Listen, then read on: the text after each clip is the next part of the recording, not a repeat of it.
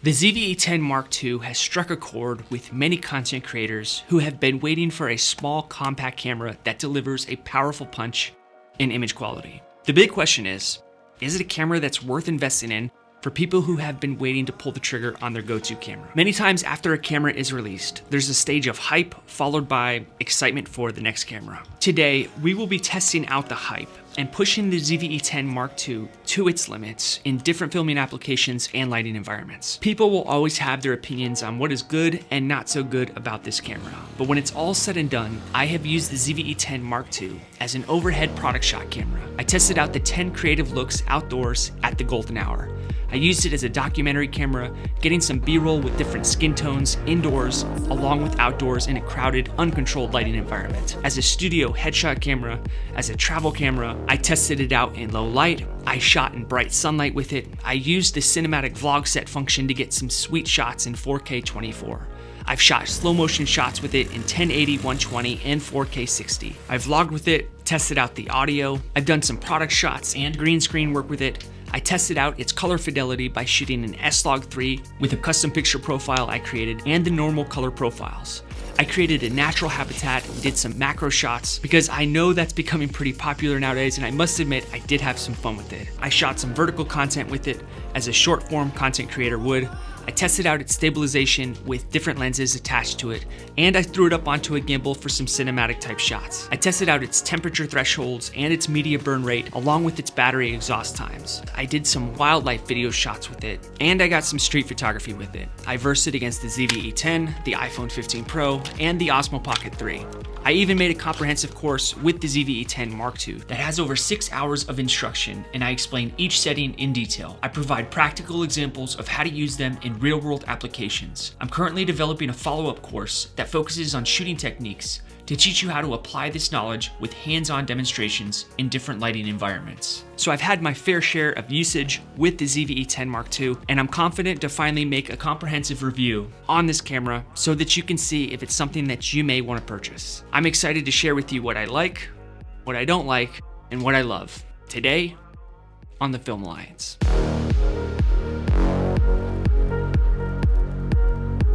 This camera was released in July of 2024, and it has a 26 megapixel sensor. It can shoot in 4K up to 60 frames per second. And if you haven't had the opportunity to try out the ZV-E10 Mark II, and you want to see how its video file sizes and clips will work with your editing rigs, I have uploaded some project files for you to download at no cost. I've included clips with different frame rates and resolutions like 4K 60 and 1080 120, some low light shots, a macro shot, the highest image quality possible, which is 422 10-bit XAVC SI 4K, and some photography as well.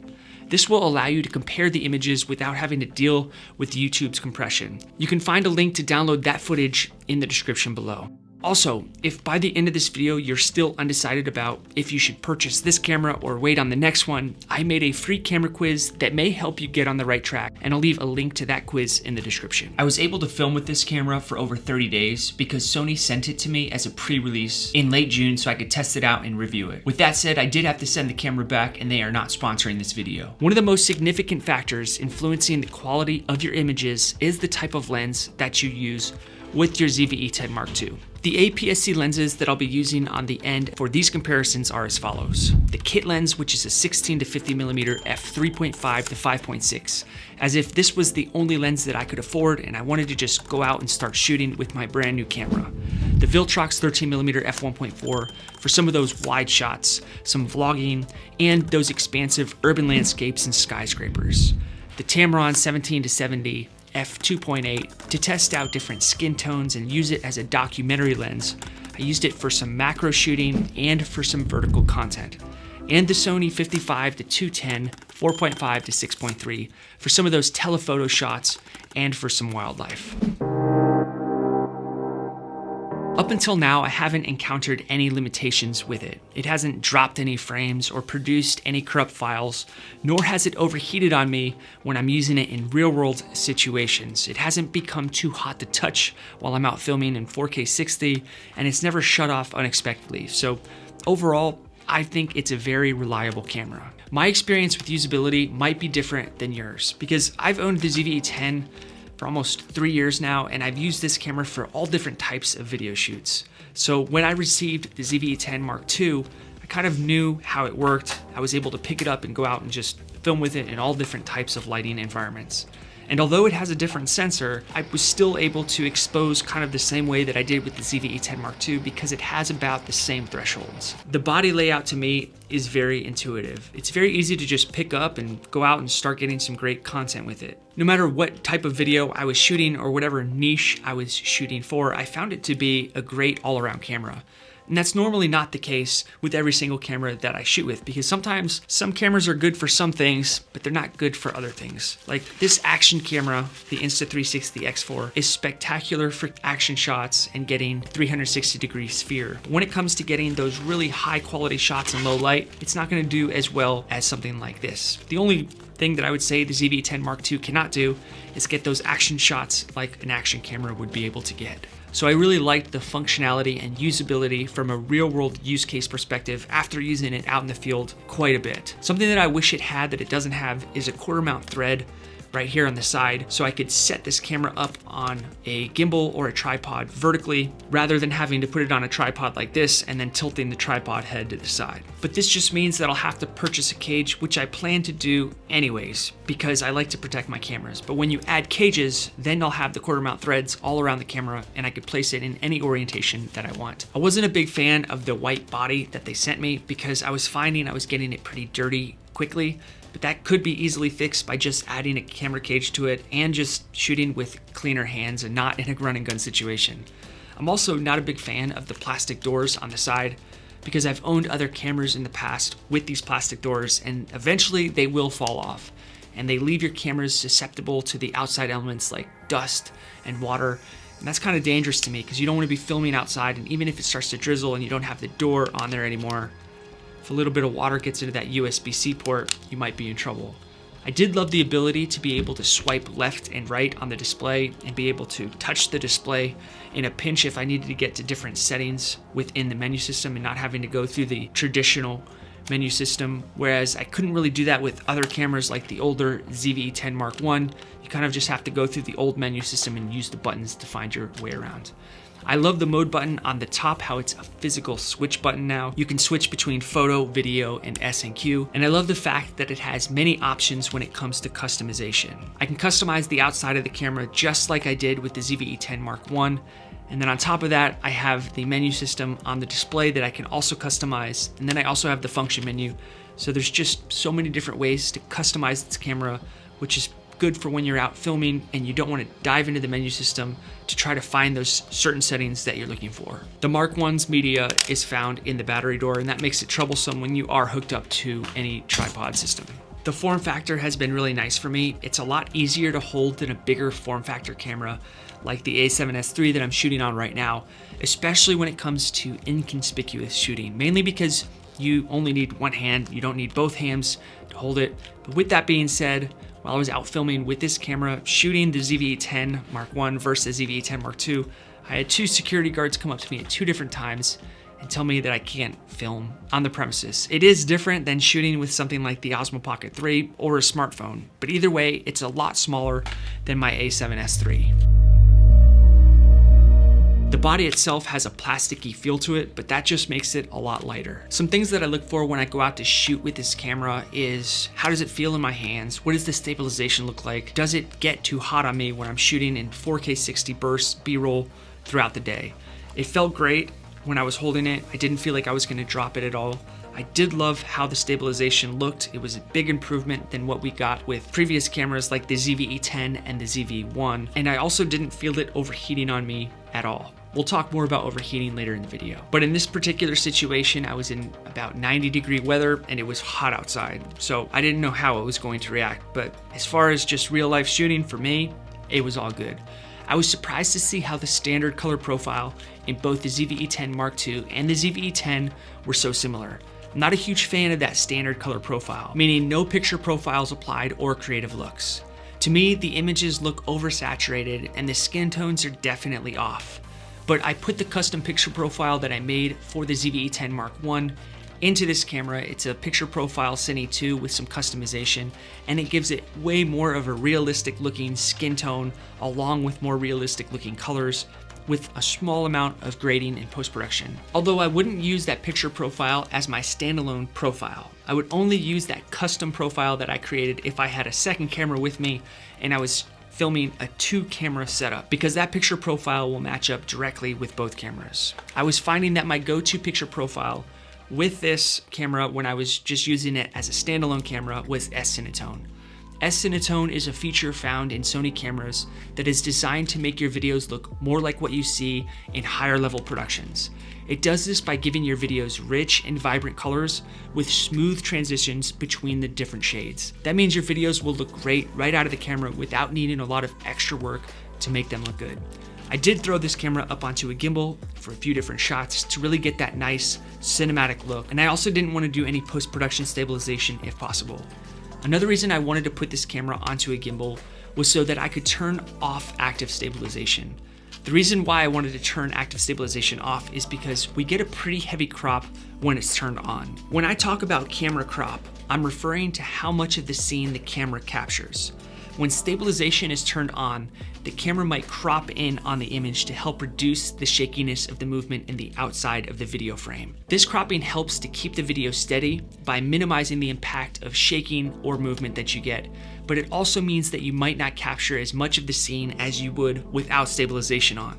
So when I put this camera onto a gimbal, I'm still able to capture the full image without any crop and still getting a good looking stabilized video. Well, I shouldn't say it's the same stabilized look as active stabilization when it's turned on, because when you throw this camera onto a gimbal, the footage is going to be a lot more stabilized than if you just used active stabilization. With that said, the active stabilization in this camera is a lot better than with previous version active stabilizations, which is a huge plus when it comes to vlogging, because your vlog image will look a lot better than the old previous active stabilization that we got with the older Sony cameras. Also, this stabilization will help with photography because there's not going to be as much shake, so you can shoot with less of a shutter speed. If you plan on hand holding and walking with your camera, make sure you're thinking about what lens you're going to decide to go with, and make sure that the lens has stabilization built in, because if it doesn't, it's not going to be that stabilized unless you get a gimbal.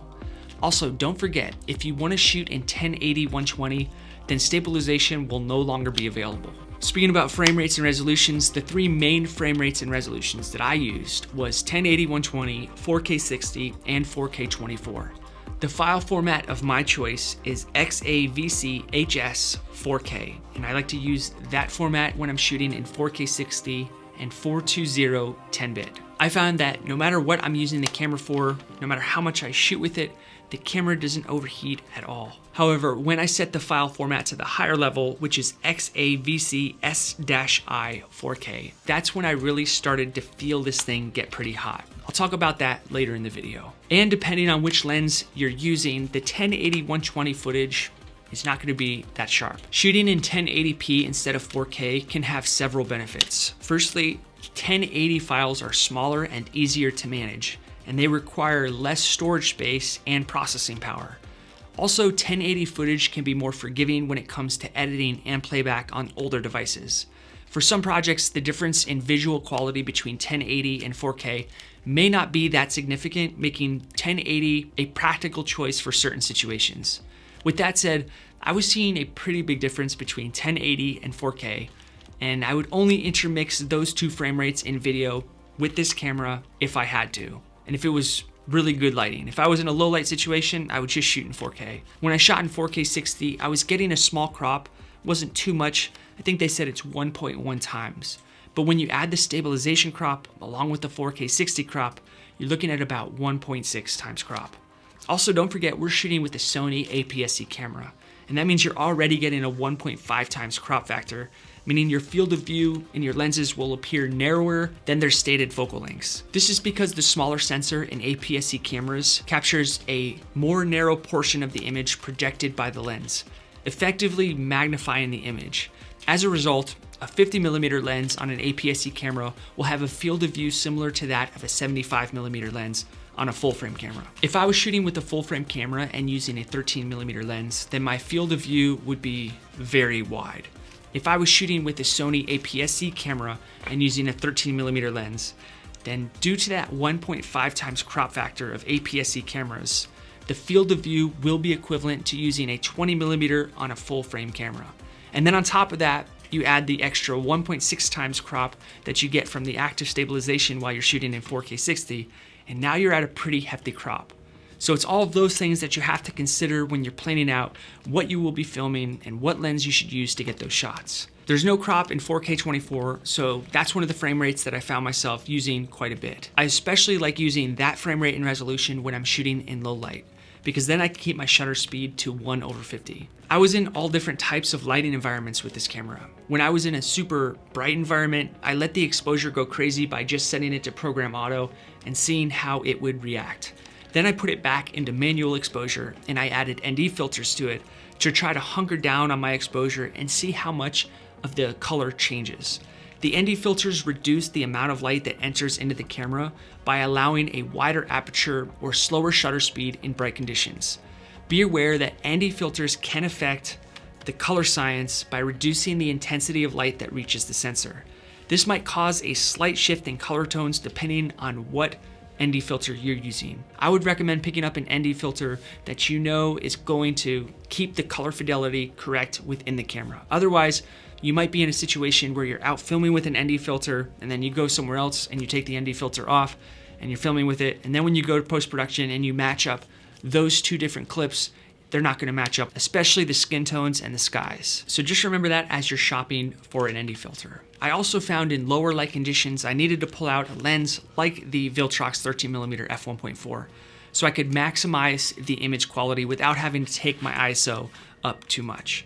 This is the same sensor as the Sony a6700 and the Sony FX30. I found that I couldn't really use the kit lens when I was in a low light situation without cranking the ISO up too high. This does have the same sensor as the Sony a6700 and the Sony FX30, which means it has a dual native ISO of 800 and 2500. Dual native ISO in a camera is a feature found in some cameras that offers two separate native sensitivity levels, each optimized for different lighting conditions. This feature allows the camera to capture better image quality with less noise across a wider range of lighting situations at the two different ISO ranges. Whenever I shot in a low light situation, I tried to keep the ZV-E10 Mark II at about ISO 800, and then I would just adjust my aperture up and down. If I took my aperture all the way down and it still was too dark, then I would crank the ISO back up to 2500. But I would never venture past 2500, I would just introduce more light or change my composition. I jumped into the studio and did some natural habitat macro shots where everything was just perfectly lit in a little fairy tale land. We found a leaf bug outside and he was the perfect subject to get those macro shots. I did find using the Tamron 17-70 for those shots was really nice because it has a very small minimum focus distance on this lens. It's like 1 inch or 2 inches. I was able to get super close to that thing and I was like, wow, that's a really good shot. But that's one of the reasons why I love Tamron lenses, because the focus distance is so small, you can use these lenses as macro lenses. Also, I was cranking up my aperture so I had more of a focal plane to work with rather than a razor thin focal plane. It's just something that I've learned over the years doing macro. I shot with S-Log3 and was getting the same type of results that I was getting with the Sony a6700.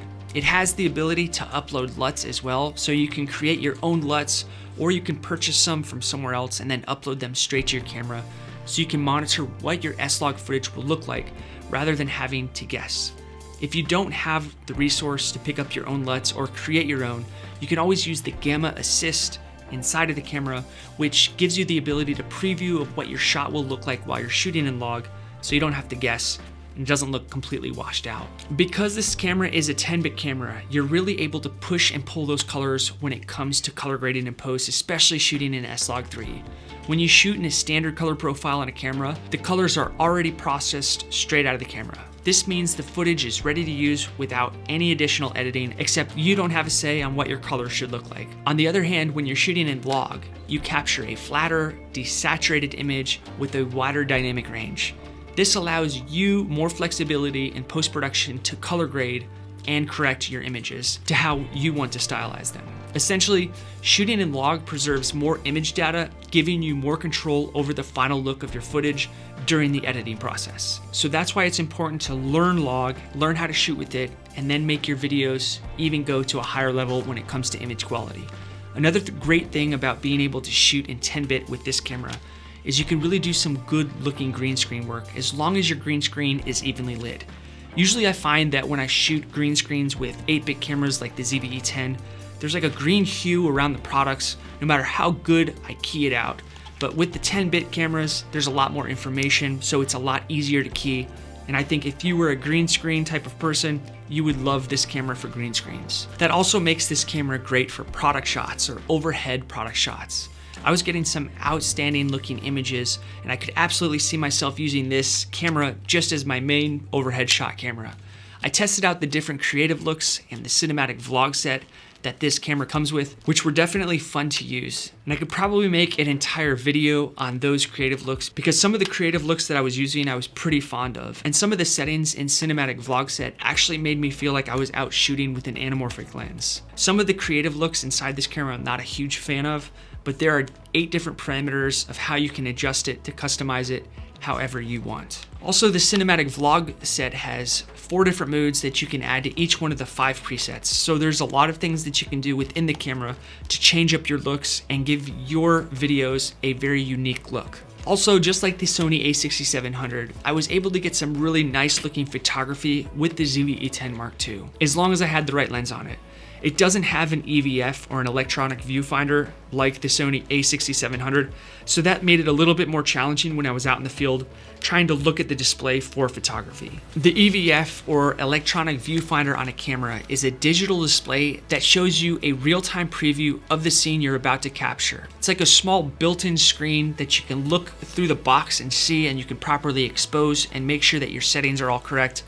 And it's really helpful when you're out in a bright environment. Whereas with the ZV-E10 Mark II, all I have is the display, and so in bright sunny environments it's kind of hard to see that display, especially when you've been touching the display a lot and it's kind of muddying up the screen. With that said, I did appreciate the fact that you could toggle between the different menu settings, but I'm not a huge fan of touching the display because of the reasons I just mentioned. It just muddies it up, and eventually when you're out shooting in the sun, you can barely even see it. I must admit though, while you're out in the field filming with this thing, it's a really nice little feature to have to be able to quickly toggle between the exposure settings, so I would say that there's exceptions to the rule. When it comes to my temperature test and battery exhaust test, I wasn't too surprised with the results, knowing that it had the same sensor as the Sony a6700. In some ways, I felt as though I had already done these tests, and I'd like to mention earlier in this video, when I set it to 4K 24 or 4K 60 in XAVC HS 4K 420 10-bit, I wasn't getting any overheating issues no matter what type of environment I was shooting in. The real problem came when I changed it over to the highest quality, which is XAVCS-I 4K. It was here in these tests that I really started to encounter those overheating issues. I was continuously recording in 4K 60 and it shut down on me at the 23-minute mark, which is 1 minute better than the Sony a6700. Don't forget that this was a test unit, so maybe when they release the actual cameras, you'll get better overheating results. But like I've mentioned in the past, when you get that type of image quality out of such a small body, I kind of expect it to overheat. I don't think we're at that point in history yet where you can pull out such a high image quality without getting overheating. I think it will come here in the next few years, but we're not there yet. I don't know of an APS-C camera out there that's this small that can shoot with those type of settings without overheating when you're continuously recording. For the 45-minute clip at 4K 24, I drained about 30% of the battery while continuously recording. And while shooting in 60 frames per second at 422 10-bit, I burned through 25% of the battery in 23 minutes. That 45-minute clip that I shot in 4K 24 produced 35 gigabyte file size, and when I formatted the SD card and switched it over to 1080 120, I was given 2 hours and 17 minutes on a 128 gigabyte card. And then I switched it over to 4K 24 and I was given 2 hours and 37 minutes of filming time. Filming for 23 minutes in the highest quality possible, it produced 101 gigabytes of file size on my SD card. For the heck of it, I threw a 256 gigabyte card in there and switched it over to 1080 120, and I was able to receive 4 hours and 39 minutes worth of filming time, and only 55 minutes of filming time shooting in 4K 60 at the highest quality. I found that the native mic out of the ZV-E10 Mark II was good, just like all the other Sony cameras that I've used in the past that have been released within the past 3 to 5 years, so there wasn't anything spectacular there, but it does have the ability to direct the audio mic forward, backward, and auto. I just left it in auto for all of the audio tests that I did. All right, so we're vlogging right now with the ZV-E10 Mark II using the native mic with this camera. This is what it would look like, and this is what it would sound like. I have the lens all the way back to 16 millimeters, and I do have active stabilization on. I would absolutely recommend this camera to anyone who's a beginner or someone who wants to jump into the intermediate space, along with someone who already owns a Sony camera like the ZV-E10 and wants an A-cam, B-cam setup. If you're someone who wants to continuously record at the highest image quality at 4K 60, then just know you can't do that because it's gonna overheat in 23 minutes. Or at least this test unit did. But you could purchase the Ulanzi cooling fan and attach it to the body of the ZV-E10 Mark II, like I've done in the past with the 6700. When I did that, I was able to get unlimited filming time until the fan battery ran out. If you are planning on picking up this camera, then I would say absolutely get the kit lens. To me, it's a no-brainer. It only costs $100 more when you purchase the body, but I would recommend you picking up another lens like the Tamron 17-70 or the Viltrox 13mm f1.4, depending on what you're shooting. So that's my review of the ZV-E10 Mark II, using it on all different types of situations, what I liked about it, what I wish could be better about it, and who I think it's for. Please let me know if I missed anything, and if you're deciding to pick up this camera and what you'll be using it for. I'm Joe with the Film Alliance. Thanks for watching. Go have fun out there.